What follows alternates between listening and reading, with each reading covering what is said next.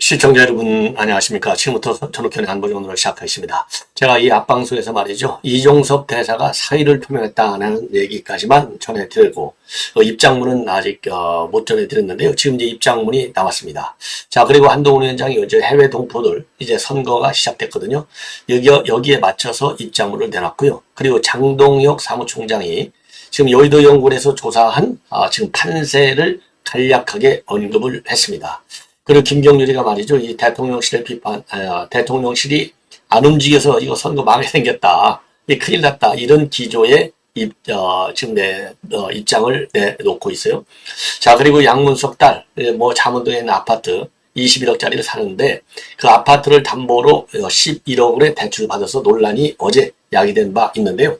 지금 또 하나 이 페난마이께서 단독으로 보도하고 있는 내용을 보면은요. 자, 이 양문석의 딸이 그 돈을 받아갖고 결국 캐나다, 뉴욕 이런데 놀러 간 건 아니겠지만은요, 이 연수를 목적해서 나갔다라는 새로운 사실이 지금 보도되고 있어서 추가적인 논란이 야기될 것 같습니다. 자, 이 내용을요, 여러분께 하나씩 설명해 드리도록 하겠는데요. 자, 우선요, 이종섭 대사 상당히 안타깝게도 사의를 외교부 장관한테 표명을 했고, 무조건하고 서울에 남아서 강력히 대응하겠다 라는 입장을 밝혔어요. 자, 그래서 지금 제가 대리하는 이 변호사가 이제 김재훈 변호사인데요. 김재훈 변호사를 통해서 입장문을 내놨습니다. 자, 이 대사가 오늘 외교부 장관에게 사의를 표명했다.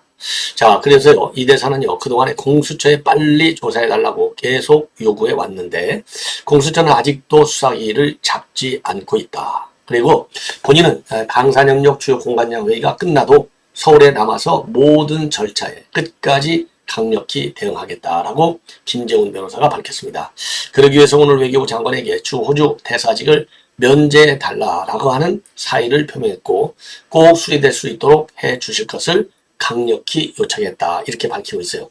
자, 여러분들 잘 아시다시피 이 수사 외압 의혹을 받고 있어서 이제 논란이 커진 건데요. 이 외압은 외압을 할 수 있는 권한이 있어야 되잖아요. 그런데 외압을 행사할 수 있는 게 아니고 정상적인 임무 수행이라고 저는 봐요. 왜냐하면요, 해병대의 이번 사망 사건과 관련된 수사권이 없어요. 수사권이 없는 해병대가 임의로 수사를 확대해서 결론까지 딱 내가지고 이 관련자들 8명을 전부 기소 처리하라, 결론까지 딱 내놓고 경찰로 임의 제출을 한 겁니다. 이첩을 한 거예요.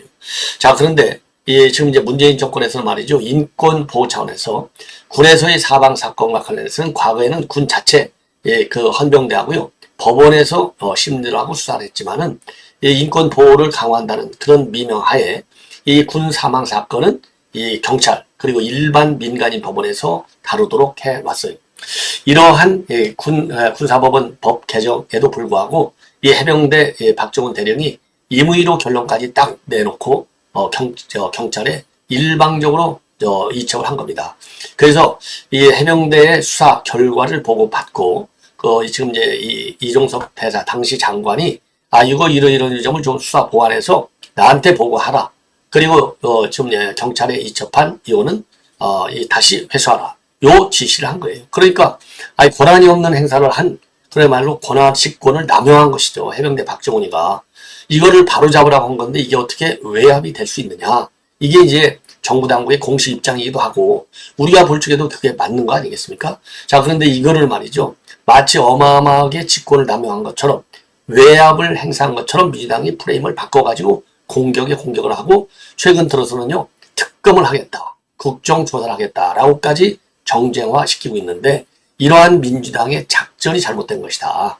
그리고 박정훈이가 월권한 것이 문제의 본질이다, 그렇게 저는 생각합니다. 자, 그래서 지금 이게 그래가지고 공수처에 고발까지 했잖아요. 근데 문제는 이미 여러분도 아시지만 작년 9월에 고발했는데 가만히 앉아있다가요, 느닷없이 수사도 안 하면서 출국 금지를 임의로 시켜버렸어요. 이게 바로 수사권 남용에 해당되는 것입니다.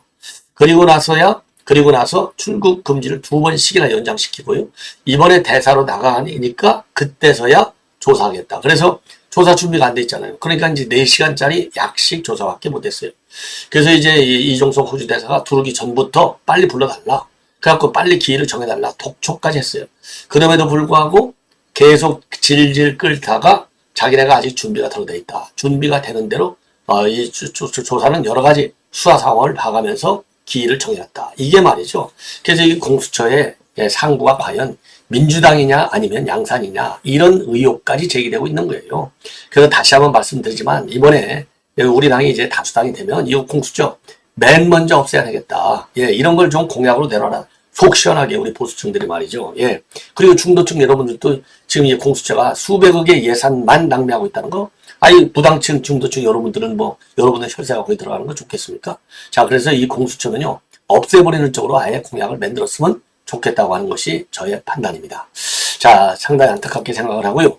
그 다음에 이제 한동훈 위원장이요, 이제 재외 선거권자 대상 비례대표 선거운동 방송 연설에 출연해서 입장을 밝혔습니다. 한마디로 정말 현 정치를 반성하고 저희부터 달라지겠다. 이런 입장을 내놨어요. 자, 그래서 이 입장문을 보면은요, 그야말로 지지를 이제 호소하는 그런 입장이고, 비례대표 정당 선거운동 연설은요, 그 당 대표가 정하는 누구라도 연설을 할 수 있어요. 그런데 이제 우리 이제 한동훈 위원장은 이제 1호로 오늘 연설을 하게 된 것이죠. 자, 그래서 이 연설문 내용이 아주 좋은데, 첫째로요, 비대위원장으로서 희망을 드리지 못하는 우리 정치를 반성하고 22대 국회를 맡겨주신다면은 국민께서 이 정도면 됐다라고 할 때까지 내려놓고 또 내려놓겠다. 이게 그러니까 이미 공약으로 만들어놨지 않습니까? 회비를 반납하다든가, 그 다음에 봉급은 국민 중위권 수준으로 낮춘다든가, 그 다음에 불체포 특권 포기 각서를 쓴다든가, 이런 몇 가지 정치 개혁, 계속 특권을 내려놓겠다는 겁니다. 186가지의 특혜가 있다는 거 아니에요? 자, 그리고 저희의 부족함을 잘 알고 있고 실망을 드린 일도 적지 않다. 염치 없는 줄 알면서도 고개 숙여 호소드리는데 딱 한 번만 더 믿어달라. 그리고 민심에는 어느 것에도 매이지 않겠다.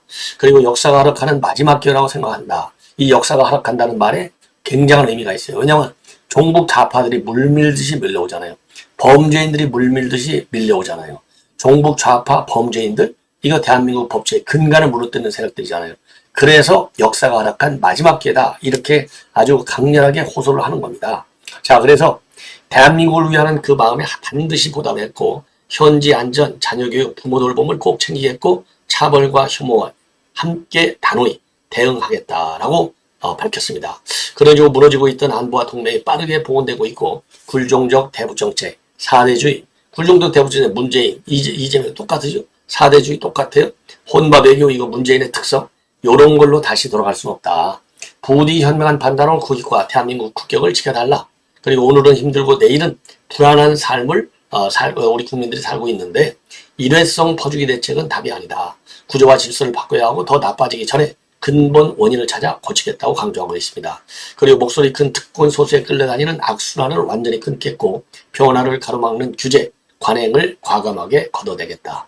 기업을 죄악시하는 세력, 개혁의 진통을 틈타 혼란을 키우는 세력은 절대 이 역사적 과업을 해낼 수 없다. 아주 구구절절히 피부에 와닿는 그런 아주 솔직한 심경의 표현이 아닌가 이렇게 생각이 듭니다. 자, 이번에는 말이죠. 지금 한동훈 위원장이 어제 발언한 거 이게 굉장히 의미가 있는 발언이에요. 어제 이 강북 험지를 돌아다니면서 쫙 입장을 밝혔는데요. 호소문. 그리고 이제 여기에서 이제 핵심만 말씀드리면은요. 이재명과 조국을 심판하는 것이 민생이다. 이거를 강조했습니다. 자, 그리고 정부 전복을 주장하는 이런 이 총선 공약을 본 적이 있느냐. 정말 이게 웃기는 거죠. 그리고 이 여의도 국회를 옮기겠다는 것은 단순히 여의도의 국회를 없애겠다는 정도가 아니고 여의도의 잘못된 정치를 딱 종언시키고 그리고 이제 여의도를 없애면서 거기에 이제 오세훈 시장도 얘기했지 않습니까? 그야말로 시민공원 이런 걸 만들고 금융도심의 여의도를 만들겠다. 그래서 서울 개발로 완성을 하겠다. 따라서 대대적인 한강벨트의 개발 제한을 풀겠다는 겁니다. 자, 그리고 이제 정치를 같이 하는 사람이라고 나중에는 이제 바꿨어요. 그런 사람들이 문제다. 정치 자체는 죄가 전혀 없다. 이런 얘기를 했습니다. 그런데 여기에서 가장 이제 중요한 말이 그야말로 이재명이나 조국이 주장하는 게 뭡니까? 윤석열 정부 3년은 길다. 이런 식으로 이제 프레임을 짜서 선거운동을 하고 있잖아요. 그래서 이재명과 조국 감옥까지가 이제 3년은 너무 길다. 이렇게 해서 맞받아친 발언이 아주 멋있는 발언이 아닌가 이렇게 생각이 듭니다. 자, 이번에는 말이죠. 이번에는 지금 이제 장동혁 사무총장이 오늘 조금 전에 여의도에서 브리핑을 가졌습니다. 이 브리핑 내용이 굉장히 중요해요. 자, 용산의 민심을 전달하지 못한 부분도 있다. 그리고 이전 갈등은 좀 빨리 타협점을 찾아야 되겠다. 자, 그리고요. 그 다음에 용인갑에 이제 양양자가 말이죠. 느닷없이 이원모한테 단일화하자 이렇게 제안했잖아요. 요 가능성을 또 열어놓고 있습니다. 예. 그리고 170여 곳에 이 조사를 해봤더니 여의도 용본에서요. 이 경합지가 많고 우세가 열세로 돌아선 곳이 있다. 이렇게 밝혔습니다. 자, 그래서 요 내용을 좀 자세히 말씀드리면요. 자, 양 후보, 양양자의 개인 차원의 단일화 제안인지 아니면 개혁신당 차원에서 모든 지역구 후보를 단일화하자는 것인지 요거가 잘 모르겠다. 잘 읽히지 않는다. 그러면서요. 양 후보 지역구만의 단일화든 개혁신당 다른 후보들 있는 몇몇 군데를 더 확대해서 단일화하든 일단 가능성을 열어놓고 충분히 대화할 준비는 되어 있다. 이렇게 밝혔어요. 자, 그런데 여기에 대해서는요. 이 천하람이도 그러고요. 그 다음에는 이제 이준석이도 어제 분명하게 단일화는 안 한다. 이렇게 입장을 밝힌 바 있습니다. 자, 이거 이준석이 하는 얘기는요. 이 그야말로 만약에 단일화 협상이 이루어지면 그 단일화 협상에서 우위를 협상력을 확보한다는 차원에서 안 하겠다는 것인지 진짜로 어떤 경우에도 안 하겠다는 것인지는 현재로서는 이제 조금 판단하기가 이른 점도 있지만은 제가 보기에는요. 지금 이제 이준석이가 지금 방금 전에도 또 입장문을 내놨네요.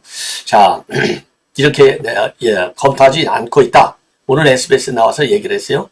개혁신당 내 책임 있는 사람들끼리 모여서 논의한 바가 전혀 없다. 예, 이렇게 밝혔습니다. 자, 이거는 이제 이 김성태 서울번역 공동선대위원장도 단일화를 제안한 바 있어요. 자, 그런 언급 자체가 현재 정권 심판 여론이 매우 높은 선거 상황 속에서 과연 개혁신당 후보들에게 도움이 되는 사안인가 모르겠다. 이렇게 입장을 밝혔습니다. 자, 그리고요. 저희가 정권 심판을 선명하게 내세우는 개혁신당인데 국민의힘은 윤석열 대통령에 대해서 결사옹호하는 상황이 아니냐. 유권자들이 좋게 바라볼 것 같지도 않고 결합도가 떨어질 수밖에 없다. 이렇게 입장을 내놨습니다. 자, 그러면서 지금 와서 다급해가지고 막판에 새로운 변화를 가져오려는 것 같다. 예. 그러면 국민이 공식 제안을 하면 검토할 것이냐 물어봤더니요. 염치가 있다면 공식 제안을 할 수 있겠냐. 내부에서 얘기해보면 이 문제는 사실 개혁신당 후보들의 표를 오히려 잠식하기 위한 의도가 아닐까. 오히려 의심하는 것이다. 예. 그리고 당방침과 무관하게 개별 후보들이 단일화 추진하는 어떻게 할 것이냐 그랬더니요. 개별 후보들이 그렇게 한다는 것 자체는 굉장히 아쉬운 모습이고 다른 후보들에게 좀 불쾌한 모습일 것이다. 이런 입장을 보이고 있어요.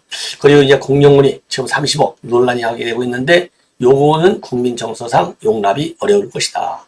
그리고 공무부가 노후를 대비해서 산 거라 얘기한다 해도 굳이 그걸 20대에게 갓세대를 앞둔 아들에게 그것도 토지거래허가구역 지정 하루를 앞두고 증여했다는지 중요했어야 하는지 이해가 가지 않는 부분이 있다. 그리고 이 공룡문이 사퇴해야 되느냐 이 질문과 관련해서는요.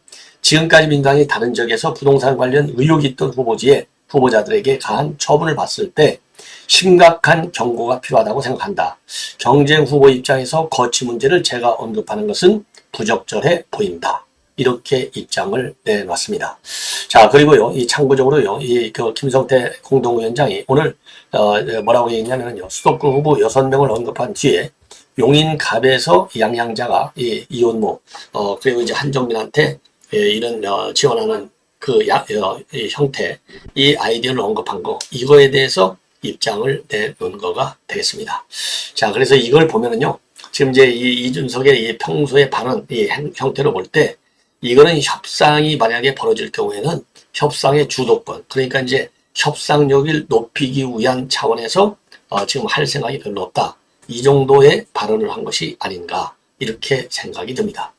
지금 뭐 지역 차원에서 개혁신당이 한 석이라도 건질 수 있겠습니까? 예. 자, 그래서 단일화는요, 결국은, 지금 개혁신당에게 어마어마한 선물을 주는 거. 그야말로 이제 우리 여당이 지금 여론에서 조금 열세인 국면으로 전환이 되다 보니까 한 석이라도 더 건져야 될 거 아니겠습니까? 그런 차원에서 마지막 수단으로 검토되는 것이 아닌가 이런 생각이 드네요. 자, 그리고요, 이 정도 해서 단일화 문제에 관해서 조금 이제 자세하게 제가 말씀을 드렸고요. 자, 그 다음에 이제 판사와 관련해서는요, 여의도 연구원에서 전체 254개 선거구 중에 170여 곳에 대해서 자체 여론조사를 실시해 봤다고 합니다. 그 봤더니요, 경합적 아니면 우세였는데 열세로 돌아선 것이 여러 곳이 나타났다는 겁니다. 자, 하지만 아직은 이것으로 총선 판세 전체를 분석하기는 어렵다. 이렇게 얘기하고요. 다만 역대 어느 선거도 어렵지 않은 선거가 없었다. 오히려 경합적이 많다는 분석을 보고 우리는 끝까지 최선을 다해야 되겠다. 이렇게 생각하고 있다는 상황임을 설명하고 있어요. 자, 그러면서요. 지금 민주당에서는 자기네가 승기를 타왔다. 이렇게 얘기하고 있잖아요. 우리도 지금 변화하고 정책으로 국민들에게 계속 다가려고 하고 있고 정부 여당으로서 정말 일하고 싶다는 진심을 전달하고 있다. 뭐 한동훈 위원장이 조금 전에도 얘기했지 않습니까? 그간 여당으로서 우리 손가락이 우리를 향하기보다는 야당을 향했던 적이 많은데 우리가 여당으로서 국민께 부족했던 점도 많고 또 대통령실의 국민 민심을 제대로 전달하지 못한 부분도 있다고 밝히고요. 이제 바꾸겠다. 여당이 한 번 더 기회를 달라. 이렇게 호소를 하고 있습니다. 예. 자, 그리고요. 지금 이재명의 1일 1망언도 지금 지적을 했고요. 그리고 의정 갈등, 지금 사전투표까지 배급 지어야 하느냐. 이런 지적과 관련해서요. 꼭 사전투표를 염두에 둔다기보다는 지금 국민이 많은 불편을 겪고 계시지 않냐. 이 문제가 최대한 빨리 차이점을 찾아야 한다는 것이 당의 입장이다.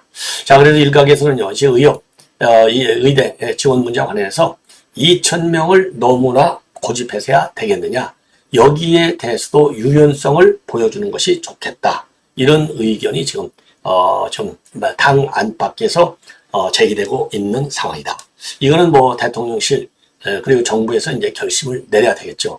왜냐하면 대통령실은 지금까지는요, 다른 거는 협상할 수 좋다. 그러나 2,000명에 대해서는 절대 양도 불가다. 그러니까 거기가 이제 레드라인이 되는 거예요. 예. 그거는 넘지 말라. 예. 왜냐면은 지금부터 2,000명씩 매년 증원해도 2035년이 돼봐야 10,000명밖에 증원이 안 된다. 그 당시 가면 15,000명 이상이 부족할 텐데. 그래서 그러면 의료개혁이 안 되는 거 아니냐. 이런 지금 입장을 취하고 있는 상황이다. 자, 이렇게 말씀을 드립니다. 예. 자, 그리고 이제 김경률이가 지금 하고 있는, 어제 밤에 CBS 나와서 한 건데요. 지금 현재 대통령실 기다리다가 보니까 당시들이 바닥 밑에 떨어진 게 아니라 바닥 밑 지하실까지 빠지고 있다. 자, 이건 너무나 좀 확대 해석이 아닌가 하는 생각이 들기는 하는데요. 여하간 김경률 비대위원회 이러한 발언을 여러분께 말씀을 드리겠는데요. 당과 대통령실의 관계에 있어서 한마디로 당이 주도권을 가지지 못하고 있고 총선 시기에서만큼은 대안을 내놓고 끌고 가야 하는데 대통령실이 어떻게 할까 봐서 기다리다가 지지율이 빠지고 바닥 밑에 지하실까지 겪는 상황이 왔다. 자, 그렇게 지금 이제 비판을 하고 있어요. 예. 자, 한마디로 이제 당이 아직도 지금 대통령실 눈치를 보고 제대로 지금 민심을 주도하지 못하고 있는 이 점을 비판하고 있는 겁니다. 자, 그래서요, 지금 이제 얘기를 보면은 선거 초반에는 한동훈 대 이재명 이렇게 해서 어떻게 보면 우리가 여러 가지만 해서 우위에 설 수 있는 그런 구도였는데 그것들이 자꾸 붙이고 이제는 윤석열 대통령 대 조국, 이재명 이렇게 가고 있다. 이거는 우리가 불리한 조수로 끌려 들어가는 거 아니냐. 그리고 당혹스러운 것은 비대위 내에서도 한동훈 위원장을 보유해주는 인력들, 백업해주는 목소리들이 별로 나타나지 않는다. 이건 뭐 어제 오는 얘기니까 국회의원들 그래서 웰빙 정당이 욕 바가지로 먹는 거 아니겠어요? 그리고 최근에 이제 한동훈 위원장과 보더라도 정말 힘들어 보이는데 과거에는 좀 웃는 모습도 있고 농담도 했는데 요즘에는 웃으면서 얘기하는 것을 본 적이 없다. 그리고 지금 홍석준 중앙선대위 종합상황실 부실장이 기자들에게 사전투표를 독려까지는 하지 않겠다. 이런 얘기를 한 거 이거야말로 잘못된 얘기고 너무나 황당하다. 이런 표현을 보고 연상되는 것은 부정선거 여론인데 한동훈 위원장이 거기에 이미 화가 나 있고 그렇게 들었다. 그러니까 저도 그랬잖아요. 당에서 기본 방침은 사전투표 많이 가라는 거 아니에요. 그런데 이게 이 상황실 부실장이라는 사람이 이거 많이 안 가는 게 좋다. 뭐 동료까지 안 하겠다. 이런 얘기하니까 한동훈 위원장이 열받는 거죠. 예.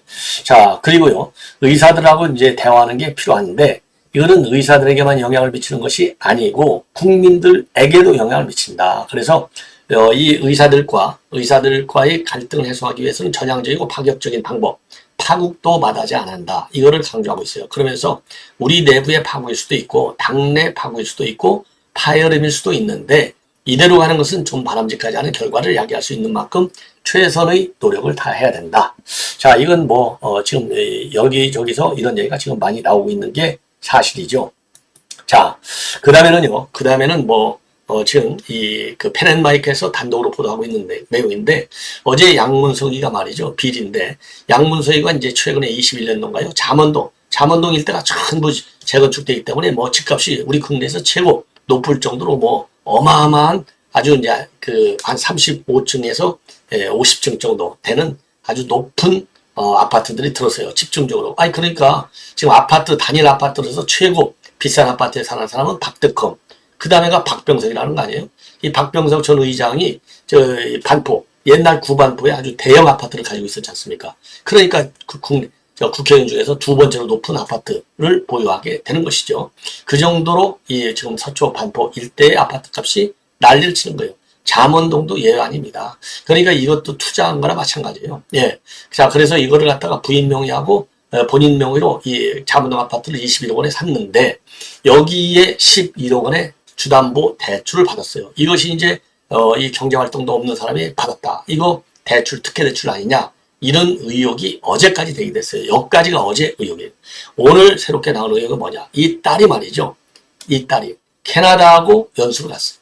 그리고 뉴욕으로도 연수 갔는지 하여튼 갔고. 예, 그래서 이거를 과거에 말이죠. 본인의 SNS에 다 올려놨어요.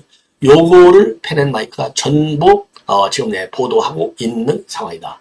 그래서 양문석 양문석 건이 또 계속 인구에 환자되고 있다. 자, 먼저요. 이거 비행기 표소부터. 자, 이게 전부 양문석 딸의 블로그에 올라와 있는 것을 지금 펜앤마이크에서 잡은 겁니다. 자, 그래서 10월 13일에서 4월 30일 사이. 자, 서울에서 밴쿠버 가는 거죠. 21년도. 그러니까 이제 주담보 대출 딱 받아놓고 연수를 쫙 가는 거예요. 서울에서 밴쿠버로. 신나게 가는 거죠. 떠나요. 혼자서 모든 걸 훌훌 버리고 아주 흥분돼 있어요. 이렇게 떠나고. 자, 그 다음에는 또 이제 이게 21년에서 22년 사이 밴쿠버 주간 일기를 떴어요.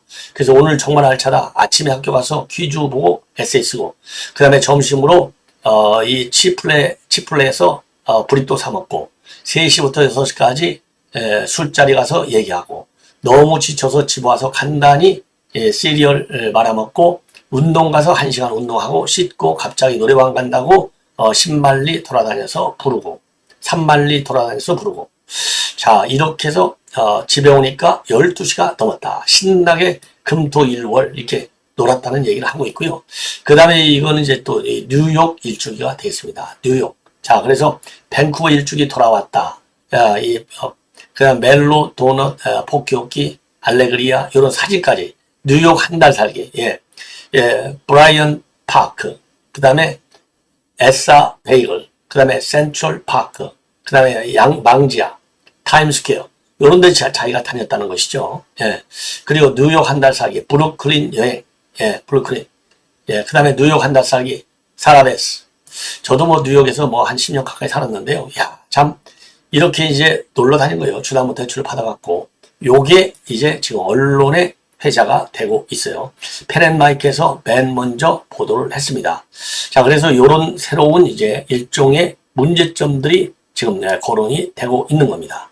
자, 이게 이제 아까 말씀드린 대로 이 밴쿠버, 여기에서 올렸던 이 글들, 여기에 빠져 있는 글들 중에 하나가 지긋지긋했던 이게 2021년도 11월 1일 날, 지금, 이 자신의 블로그인데요. 지긋지긋했던 2주가 끝났다. 모든 2주보다 쉽지 않을까 싶어서 알 수 없는 자신감이 흘렀다. 오늘 학교 첫날, 이사간 집에서의 첫날이었다. 근데 첫 수업부터 컴퓨터가 필요하다는 소리를 듣고 집까지 뛰어다녀왔다. 20분 만에 왕복으로 완주하고 수업을 들었다. 뛰어가는데 실수가 나오더라. 이게 맞나? 리스닝 수업을 간단히 하고 에세이 쓰기 수업을 진행했는데 한 80% 정도로만 이해하며 수업에 임했던 것 같다. 다들 열정적으로 질문한다. 영어를 많이 쓰려고 노력하게 된다. 이렇게 수업 관련 일기도 적었고요. 아까 제가 말씀드린 그런 일기도 더 적었고, 자, 그래서, 자, 이 밴쿠버, 기록하기, 뉴욕 한 달 살기, 근황을 정한 거, 그리고 2022년도 6월에 한국으로 컴백이라는 글을 날렸고요. 그리고 현충원에 방문해서, 웃고 있는 사진, 양문성기하고 같이, 요런 얘기를 올리고 있어서, 이 딸 양모 씨가요, 주택담보대출을 받은 뒤에 밴쿠버, 뉴욕, 이런 다양한 활동을 해왔다고 하는 것이 지금 이제 언론에 이제 회자가 되고 있는 그런 상황이다. 자, 그래서 요게 또 다른 논란을 야기할 가능성이 상당히 크다. 이런 말씀을 드리고 싶습니다.